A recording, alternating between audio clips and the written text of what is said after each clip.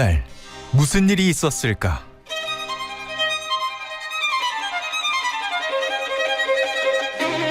법의 눈으로 현장을 파헤치고 그림 한 장으로 진실을 들여다본다. 사건 살롱. 김태현의 정치쇼 3부 사건 살롱 양재열 변호사 그리고 교체였냐 아니었냐 휴가에서 돌아온 허지원 변호사 안녕하세요. 네, 안녕하세요. 제가 강문 해변에 누워서 강릉?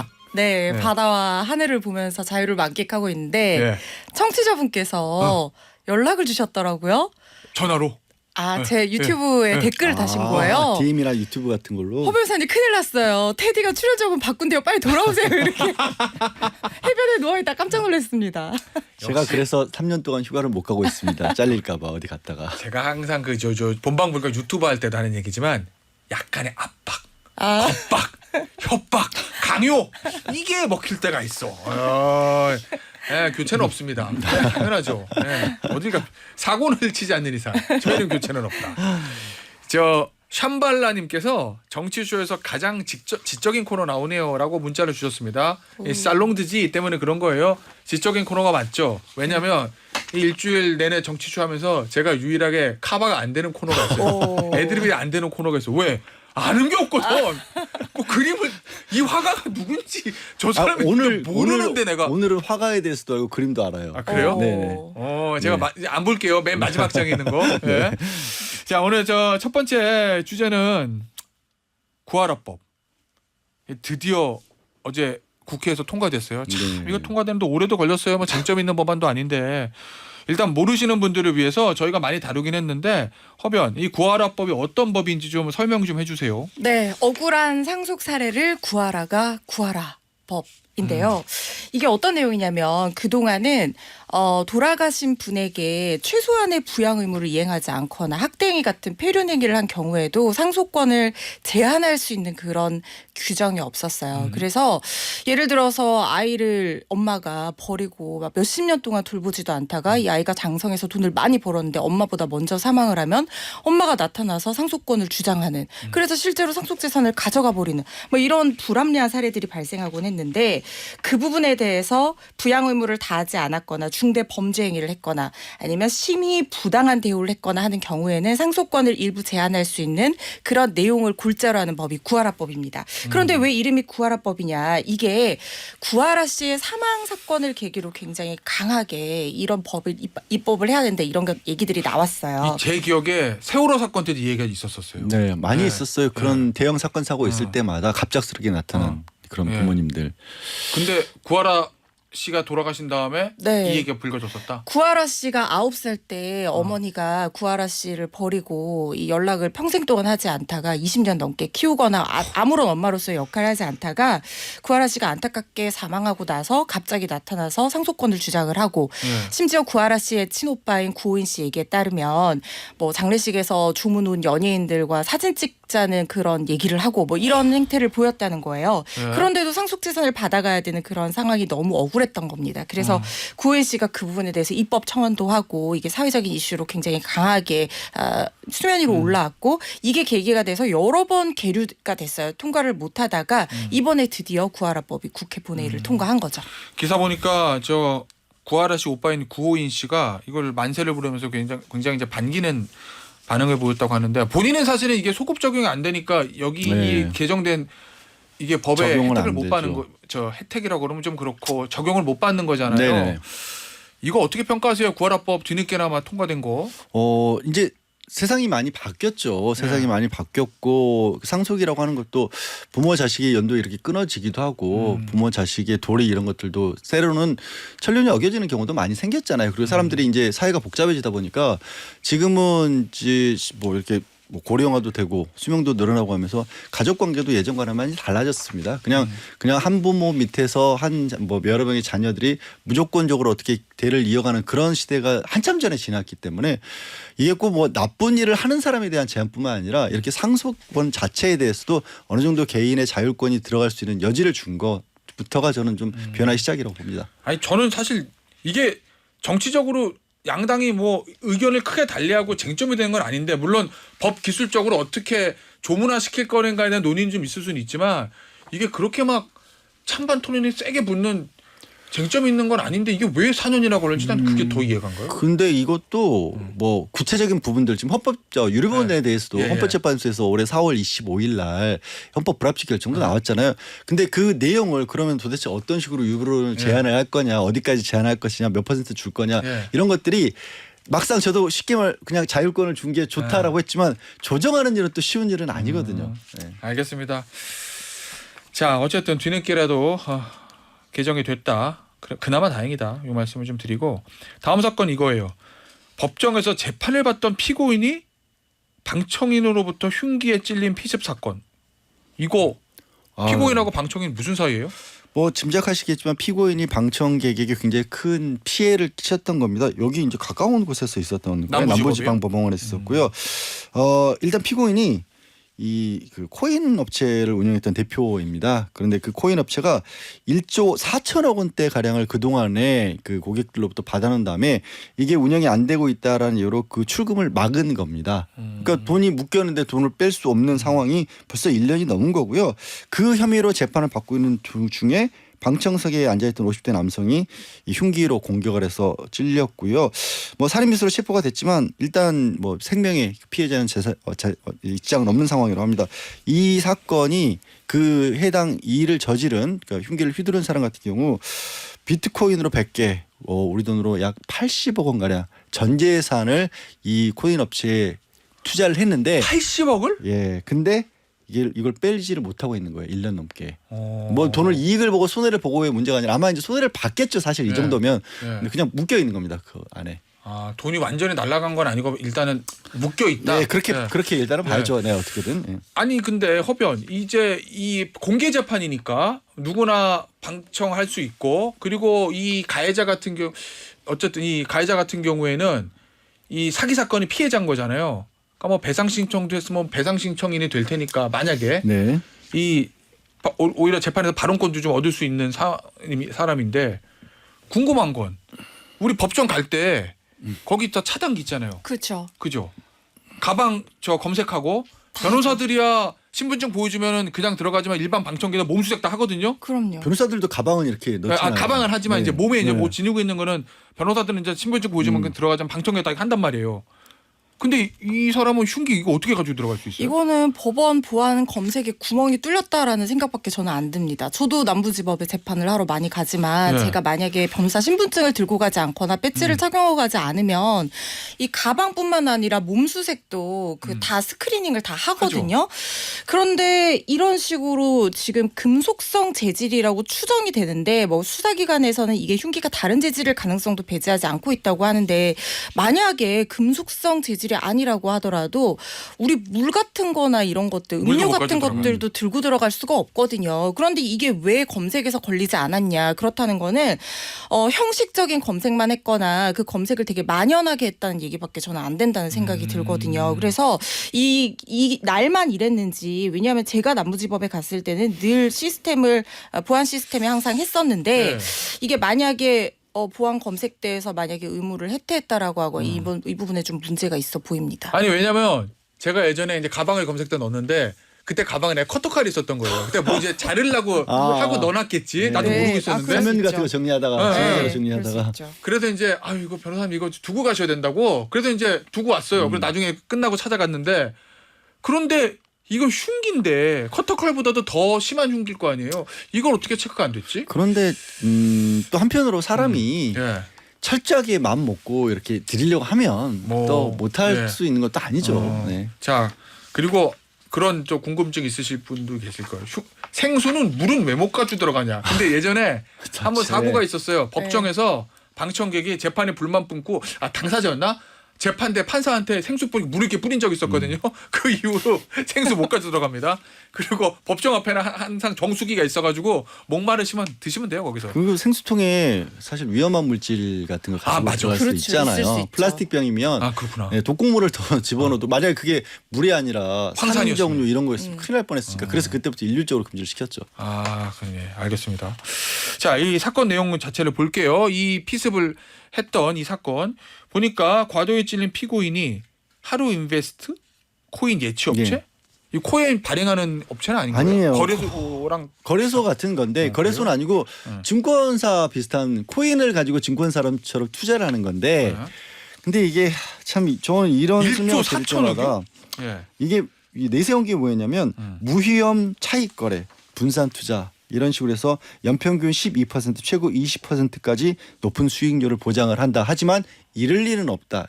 이렇게 접근을 했던 겁니다. 그러면 그 80억 맡기신 분은 10억은 벌 수 있다. 최소 12%. 1년에 1년에 최소 이렇게 생각을 하셨던 건데 네. 근데 정말 뭐 저는 항상 의뢰인분들한테 상담할 때 그래요. 뭐가 위험이 없다더라. 무조건 뭐 수익 보장이다. 사실 금융권에서 그렇게 하는 거 불법이잖아요. 증권에서 아예 광고하는 것 자체가.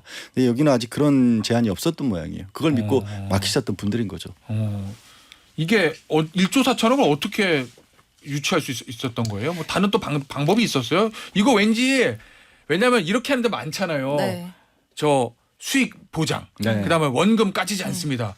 그런데 많거든요. 근데 여기는 뭘 했길래 1조 4천억을 그러니까 유치할 수 있었나? 자기들은 뭐 플러스 알파가 있었던 것 같은데. 자기들은 거래소 간의 어떤 시세 차익을 이용해서 이윤을 내기 때문에 그리고 분산 투자를 하기 때문에 위험성이 현저히 낮다라고 광고를 했고 실제로 이유를 조금 지급한 그런 부분도 지급해온 부분도 있었던 것 같습니다. 돌려막기겠구나. 그렇죠. 네. 그런데 지금 이 하루 인베스트 대표 경영진들이 주장하는 거는 자기들도 사기를 당했다는 거예요. 왜냐하면 이게 쉽게 말하면 스테이킹이라고 해서 우리가 은행에 돈 예치하고 그 이자를 받잖아요. 그것처럼 가상자산을 예치하고 고객들한테는 이자를 주는 시스템이었고 그리고 이 하루 인베스트먼트는 이렇게 고객들이 예치한 가상자산을 뭐 소규모 트레이딩 팀이라든가 소규모 운용사에 맡겨가지고 굴리는 형태였던 거예요. 그런데 하루 쪽에서 얘기하기로는 자기들이 맡긴 소규모 트레이딩 팀이 있었는데 그 팀에서 자기들 너무 잘 굴러가고 있다. 우리 이렇게 수익 잘 나고 있고 뭐 이런 보고서를 줬는데 그게 다 허위였다는 거예요. 알고 봤더니 그 회사가 굉장히 열악한 그런 상황이었다는 겁니다. 그 회사도 FTX 사태 때 이 손실을 봤던 회사로 지금 추정이 되고 있어요. 그러니까 고객들 돈을 돌려줄 수가 없는 상태가 된 거예요. 그래서 하루 쪽에서는 자기들도 사기 당한 피해자다. 그 허위 네. 보고서에서 이렇게 주장을 하고 있는데 제가 생각했을 때는 출금 중단 하루 전날까지도 이렇게 고객들 유치할 수 있다고 홍보 문구 다 올렸거든요. 네. 그럼 하루 쪽에서 자기들이 사기당했다는 사실을 언제 인지했느냐. 그 인지한 시점 이후에는 유치하지 않았어야 된다. 그렇죠. 네. 그것도 그렇고요. 네. 아니 지금 아까 말씀드렸던 것처럼 무위험 분산 투자를 한다라고 했는데 실제로는 코인의 그 시가 왔다 갔다 하는 그 거래 내역이라든가 이런 걸 정리할 만한 능력도 없었다라는 거예요. 그러니까 제대로 된 투자 능력도 없으면서 그러면 자신들도 고객들의 돈을 받아가지고 그냥 자기들이 직접 투자한 것도 아니고 이 사람 투자 잘한다더라 해서 한두 명에게 소규모 한두 명에서 있는 그런 투자사에 코인을 맡긴 다음에 거기서 나온 이익을 자기들은 수수료 떼고 고객들한테 돌려주려고 했다는 거 아니에요. 그러면 우리 사기 여부를 따질 때 제일 크게 따지는 게 이 돈을 빌려서 정말로 얘기한 것처럼 이 나중에 갚을 능력이나 생각이 있느냐인데 이런 경우에 능력이 있었다고 봐야 될까요? 이런 투자사를 코인사를. 예. 물론 재판에서는 이보다 훨씬 복잡하게 쟁점이 다뤄지겠지만 가끔가다 보면 법원이 너무 복잡한 쟁점들에 빠져서 그냥 일반적으로 그냥 쉽게 생각할 수 있는 부분들 더 큰 거를 놓치는 때가 있어요. 가끔 보면 좀 화나요. 그럴 때는 저도. 알겠습니다. 이게 뭐 설사 사기는 그렇다 하더라도 유사수진 행위는 좀 남는 거기 때문에 네. 이 사람이 전부 무죄 나올 가능성은 저는 그냥 개인적으로 낮아 보이는데 뭐 재판 또 해봐야 아는 거니까. 그리고 지금 보니까 이 경영진이 보석으로 풀려났다고 하는데 구속됐다가 이게 아마 모르긴 몰라도 구속기간 6개월 내내 재판이 끌릴 수 없어서 쟁점이 많아가지고 아마 일단 보석해준 거 아닌가 저는 뭐 그렇게 추정을 하거든요. 그러니까 이런 경제범죄 가져가면 떼내야 될 서류도 한두 가지가 아니고 증거자료도 어마어마하게 나오고 그렇죠. 거래 내역도 예. 6개월 1년 동안 코인이 왔다 갔다 한 거래 내역이면 그 분량이 얼마나 많겠어요. 그러니까 맞아요. 그런 걸 쫓다가 보면 예. 자칫 잘못하면 참 어이없는 결과들이 가끔 나와서 그러지 않기를 바라는 마음에서 예. 드리는 겁니다. 자 그런데 이 피해자들한테 가장 중요한 거는 뭐 이 사람이 뭐 유죄 선고되고 중형을 선고받아서 뭐 감옥에 오래 이런 것도 이런 거지만 결국 내 돈 돌려받는 그렇죠. 거잖아요. 이거 어떻게 가능해요 지금 상황이? 피해자들이 배상 명령 신청을 했어요. 형사 네. 절차에서. 그런데 이게 각하가 됐거든요. 왜냐하면 말씀하신 것처럼 이 코인 같은 경우에는 배상명령 신청이 인용되는 경우가 사실상 드물죠. 왜냐하면 네. 가치를 법원에서 산정하기가 너무 어렵고 숫자가 딱 떨어져야 되는데 그게 안 그렇죠. 돼서. 거기다가 이게 재판이 너무 길게 지연된다는 이유로 각하가 됐다는 거예요. 그래서 이번 사건의 가해자도 거기에 완전히 그냥 실망을 하고 이런 범행을 저지른 동기 중에 하나가 된 걸로 보이는데 문제는 이걸 돌려받을 가능성이 저는 그렇게 높지는 않은 상황이라는 생각이 들어요. 왜냐하면 하루 인베스트 쪽에서 갖고 있는 그런 자산을 지금 갖고 있는 상황도 아니고 하루 인베스트가 사기 및 횡령 혐의로 지금 고소한 그 가해자라고 주장하고 있는 그 소규모 트레이딩 팀에서 이 자산을 갖고 있다가 문제가 생긴 상황인데 그 소규모 트레이딩 팀이 말씀드린 것처럼 손실을 굉장히 많이 봐서 고객들의 재산을 돌려줄 수 있는 상황이 안 되니까 이게 문제가 된 거거든요. 그럼 그 코인을 이미 그들이 어떤 식으로 현금 자산화해서 자신들의 손실에 메웠는지 어떻게 처리했는지 알 수가 없는 상황이잖아요. 그래서 그렇다고 하면 피해자들이 이거를 현실적으로 뭐 가상자산의 형태든 금전의 형태든 돌려받는다는 게 굉장히 어려울 것 같다는 생각이 듭니다. 이 양변이 그거 좀 설명해 주세요. 앞서 이 배상명령 신청이 예. 뭐고 예. 왜 법원에서 각하했는지.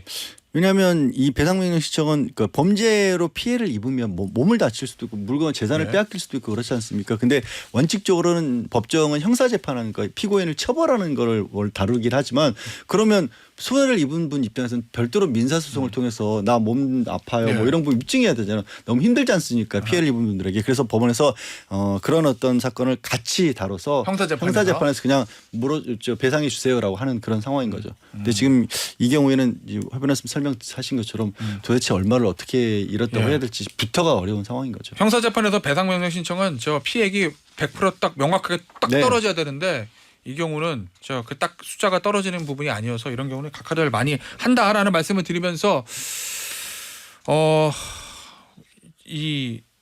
오늘은 여기서 좀 마무리하고 그림 얘기 좀 봐야 될 것 같습니다. 네. 예. 저 그냥 하셔도 돼요. 살롱드지 갈게요. 더 살롱드지. 하셔도 돼요. 그럴까요? Plusieurs choses à la fois. En fait, ce sont plusieurs interfaces qui rentrent en compétition pour vous capter du temps alors même que vous êtes en train de faire autre chose. Et donc ça, c'est très fatigant. 농염하게 퍼지는 인문학의 향기. Salon de J. 예월. 99, on nous disait toujours quand il a été possible de faire des 양변. alertes téléphoniques. 자, 저는 이 그림을 모르면 안 되는 거야. 몰라도 아는 척 해야 돼요. 아니 그 이런 모르면 무식을 인증하는. 무식이 아니라 그냥 들어보셨을 거예요. 알 무조건. 거라고 그래가지고. 네네. 예. 미켈란젤로 최후의 심판. 예. 이건 뭐 그냥 이름 정도는 최소한 들어보셨을 거 아니에요. 미켈란젤로 2개는 들어봤어. 당황하신 것 같은데요? 당황하신 것 같은데요?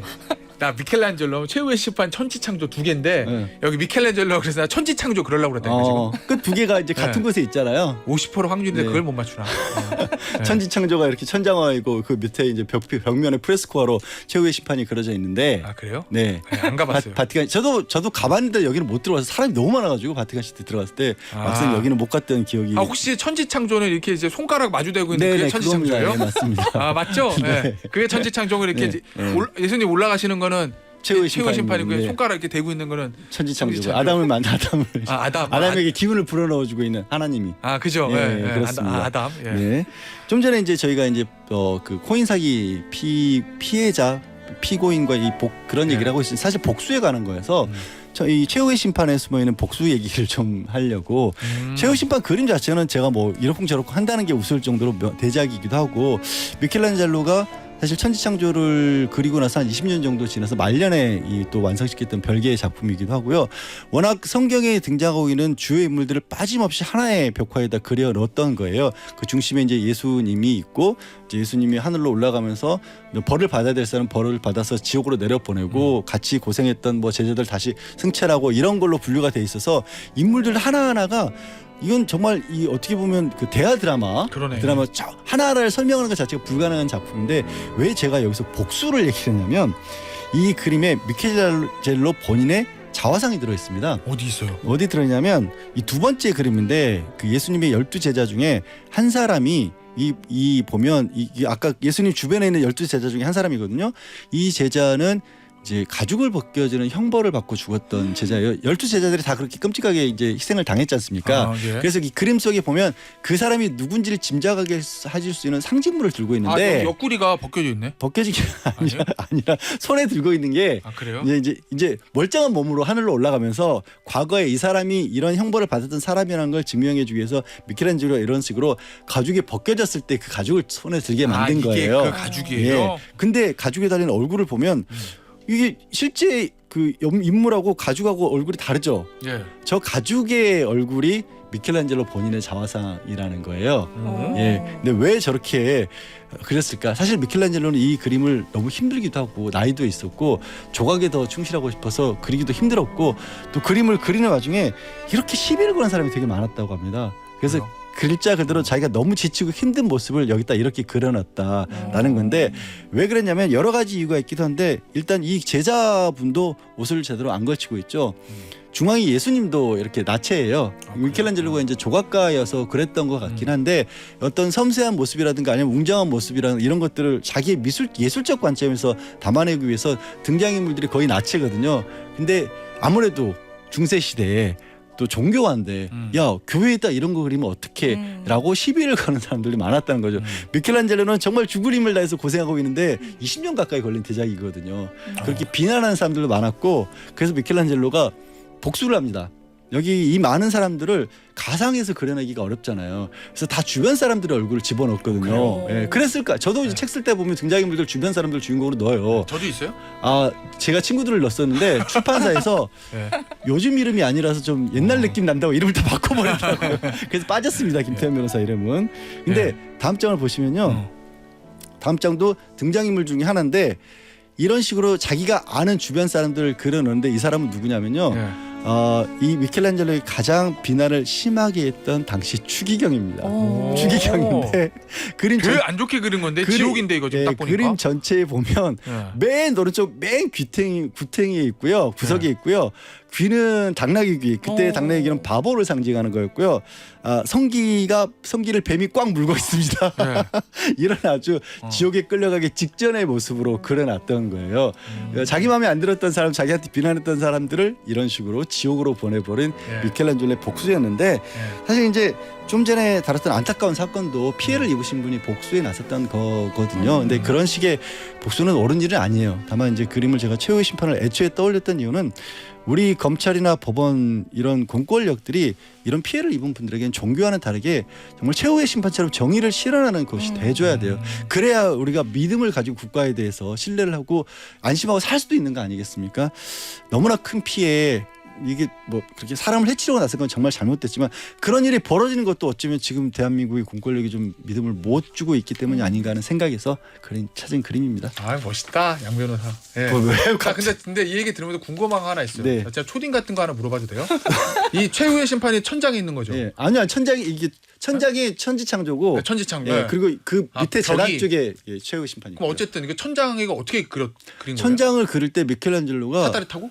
그 도구가 있죠. 그래서 이렇게 눕다시피 해서 그렸대요. 그래서 그때 당시에 굉장히 고통스럽게 막 눈에 물감 떨어지고 그랬을 거 아니에요. 그래서 이 그림 밑에 나중에 20년 지나서 그 밑에다가 최후 심판도 그리라고 하니까 난 너무 싫었다고 했다고 합니다. 알겠습니다. 여기서 마무리할게요. 양지열 변호사, 허지원 변호사였어요. 감사합니다. 네, 고맙습니다. 감사합니다.